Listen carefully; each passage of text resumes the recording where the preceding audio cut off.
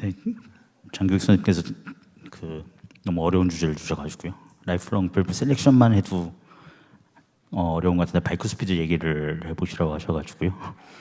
먼저 이제 바이크 스피드에서는 이 정도로 생각해봐야 될 것 같습니다. 수술을 해야 되냐, 타발을 해야 되냐, 그 다음에 일반적으로 밸브 초이스는 어떻게 해야 되냐, 근데 또 라이프롱은 어떻게 생각을 해봐야 되냐, 이런 게 좀 중요할 것 같고요. 지금 나온 데이터를 보면 타비가 아주 일관적으로 수술에 비해서 뭐 나쁠 게 없이 좋은 결과들을 보이고 있었습니다. RCT에서. 그런데 타비 대 사바야의 RCT에 보면 이제 바이크 스피드는 다 아나토미 크라이테리아에서 다 익스클루전 됐습니다. 그래서 현재 가이드라인은 보시면 뭐 다 이제 나이 중심으로 지금 미국이랑 유럽은 바뀌었고, 유럽 가이드라인은 뭐 바이크 스피드에 따른 내용은 없고, 미국 가이드라인은 바이크 스피드에서 뭐 환자의 아나토미나 잘 봐가지고 필요하면 바이크 스피드에서 타비를 할 수 있다. 뭐 이렇게 가이드라인 되어 있습니다. 우리나라 급여 기준은 만만치는 않습니다. 그래서 여기 바이크 스피드는 사실은 흉배과 선생님의 동의가 없이는 현실적으로 하기는 어려운 거고, 뭐 기관마다 조금씩은 그래서 좀 다르게 돌아가고 있을 것 같습니다.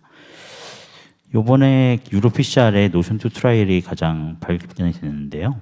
그래서 바이크 스피드가 들어간 첫 번째 RCT가 되겠습니다. 그래서 370명한테 타비랑 사바를 비교했고, 그래서 75세 이상의 로우 리스크 370명입니다. 그래서 1대1 랜덤을 해서 봤는데 보면 여기에는 바이크 스피드가 거의 한 30% 정도 있습니다. 그래서 보면 데스랑 스트로크랑 리허스피레이션 뭐 큰 차이는 없는데 넌 디세이블링 스트로크이 타비 쪽이 훨씬 많습니다. 그래서 보시면 이게 나눠서 보면 트라이크 스피드에서는 프라이머리 엔드포인트 차이가 안 납니다. 타비랑 서저리랑. 그런데 바이크 스피드에서는 타비랑 서저리랑 차이가 많이 납니다. 그래서 이 결과를 보면 앞으로 이제 바이크 스피드에서 0AG 뭐 타비하는 게 그렇게 뭐 옳다고 생각하지 않을 것 같은데, 이제 이게 아주 핫 디스커션이 되면서 뭐 여기서 결국 바이크 스피드에서 왜 그런 뭐 엠볼릭 프로텍션 디바이스냐 이런 걸 쓰지 않았냐라면서 뭐 핫 디스커션이 있었고요. 그래서 여기는 N수가 많지 않고 지금 뭐 내비게이트 트라이얼이랑 빌리버스 트라이얼 해가지고 새로운 이제 RCT들이 돼서 지금 진행 중에 있는 걸로 알고 있습니다. 그래서 현재로서는 저희 나라에서는 바이크 스피드면 웬만하면 또 0AG고 하면 당연히 수술 보내는 게 맞겠습니다. 근데 제너럴 컨시더레이션을 좀 보시면 이게 본론이냐 셀프냐 이렇게 다들 스펙트럼이 이럴 것 같습니다. 그래서 스펙트럼이 이런데 결국은 환자 이제 케이스 바이 케이스로 저희가 이렇게 밸브를 셀렉션을 하게 되겠고요. 그래서 보시면 특히 바이크 스피드 타바에서는 애뉴러스 주에 청크 칼시피케이션이 있으면 PVL이 높을 수 있고, 라페 칼시피케이션이 심하면 애뉴러 럽처가 생길 수도 있고, 칼시피케이션에 LVOT로 들어가면 LVOT 럽처가 생길 수 있고, 칼슘의 분배가 에이시메트릭하면 마이그레이션이 생길 수 있습니다. 그래서 케이스를 좀 보여드리면, 그래서 보시면 NCC와 LCC 사이에 이제 퓨전이 있고요. 그다음에 뭐 애뉴러스의 헤비 칼시피케이션이 보이신다. 익스텐시브하게 보이고 있고요. 그래서 뭐 환자 같은 경우는 밸브를 이제 셀프를 선택을 했습니다. 셀프 밸브고 뭐 조금 샬로하게 들어가면서 그래서 잘 됐나 싶었는데, 그러고 이제 시간이 지났는데 뭐 30초 1분 지나면서 그냥 쓱 이제 위로 올라가기 시작합니다. 밸브가. 그래서 밸브가 이렇게 팝업이 됐습니다. 그래서 팝업이 된 다음에는 새로 밸브를 또 넣었고, 미리 이제 코로너리 억세스의 문제 없는지 확인하고, 이 밸브가 또 너무 위로 올라가서 계속 이렇게 떠다니면 안 되니까 살짝 밀어서 코로너리 억세스에는 문제가 없고 이 두 번째 밸브가 얘를 잡을 수 있게끔 해서 들어가서 이렇게 잘 이렇게 피면 됩니다. 그런데 두 번째 밸브가 첫 번째 에블루에 들어갈 때 어려워서 그 스트레스에 걸리는 경우가 있어서 필요하면 스네어를 써서 걸어야 될 수도 있고요. 그래서 이렇게 결과적으로 고정이 돼서 잘 됐고, 조금 깊게 넣었습니다. 다시 빠지면 더 대책이 없어가지고. 그래서 이런 케이스를 보시면 2년 뒤에 팔로우업 했는데 뭐 계속 괜찮고 아무런 문제는 없습니다. 이렇게 익센틱하게 칼슘이 심한 경우에는 이런 경우에는 마이그레이션이 이렇게 생길 수 있기 때문에 사피엔스를 쓰는 것도 아주 뭐 좋은 옵션이 될 수 있겠다. 그 다음에 이런 경우에는 조금 깊게 밸브를 넣는 게 좋을 수 있겠다. 두 번째 케이스를 좀 보여드리면 또 LCC, NCC 사이에 퓨전이 있고요. 근데 칼슘이 이렇게 라페가 이렇게 보면 이렇게 밖을 찢어 먹을 것처럼 러처가 생긴 것처럼 보이는데 이렇게 옆에서 보면 잘 피면 이게 위로 이렇게 올라갈 수 있겠다 싶습니다. 그래서 이 케이스 같은 경우는 사피엔스3를 선택을 해가지고 밸브는 경계선상에 있었는데 사이즈에서 보면 경계선상에 있어서 하나 더 작은 걸로 해가지고 프리벌런을 하고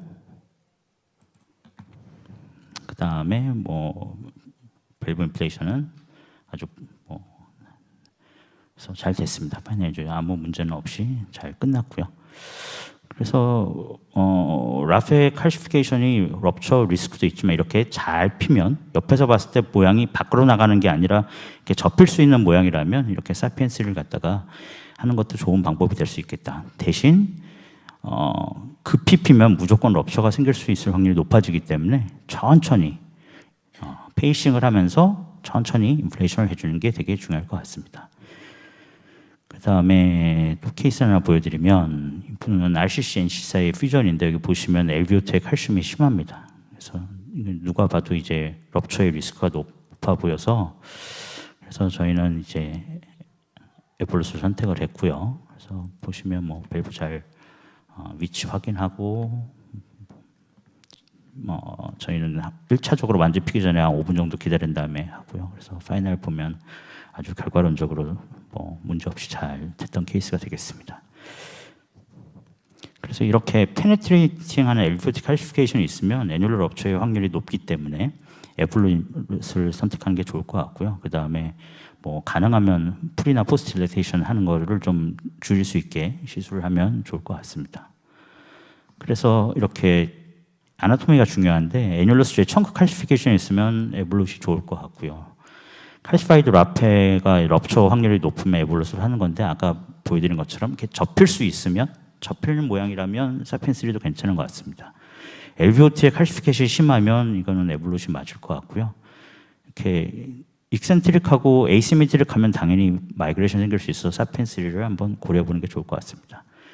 그래서 현재 커런트 제너레이션 보시면 이렇게 에큐릿 네오도 있고 나비토도 들어가 있는데요. 그래서 보시면 바이크 스피드에서 마이그레이션이 걱정이 된다면 결국 이쪽을 선택하는 게 맞을 게 될 것 같고요.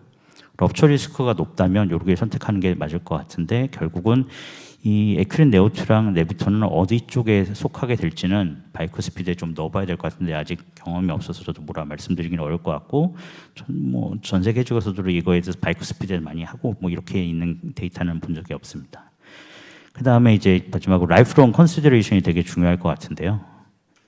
그래서 탑이 한 번으로 끝나는 게 아니고 수술이 지금 한 다음에 또 해야 되는 경우들이 이제 생기고 있습니다. 그래서 저는 이 그림 아까 강식 선생님도 보여주신 것 같아요. 이게 가장 중요한 것 같고요.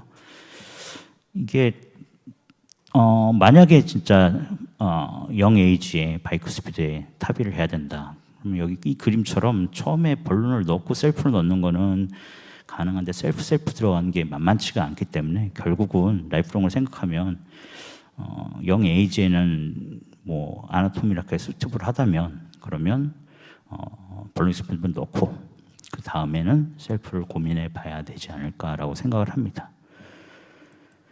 그래서 미래를 보면 몇 번 보여드렸던 슬라이드인데요. 이 바이크 스피드를 갖다가 이렇게 바실리카 해가지고 잘라내가지고 만들면 그러면 펴지는 게 이렇게 펴지는 게 이렇게 동그랗게 펴질 수 있습니다. 그래서 바이크 스피드를 갖다가 트래크 스피드로 만드는 거죠. 그래서 영상 보시면 이렇게 바실리카하고 바이크 스피드 심한 AS인데 데니 디비언 선생님 건데 이렇게 로테이션에서 보면 완벽하게 동그랗게 잘 마치 트래크 스피드 잘 펴진 영상을 볼 수 있습니다. 그래서 이런 방법도 있을 것 같고 그래서 이런 디바이스가 개발이 되고 있습니다.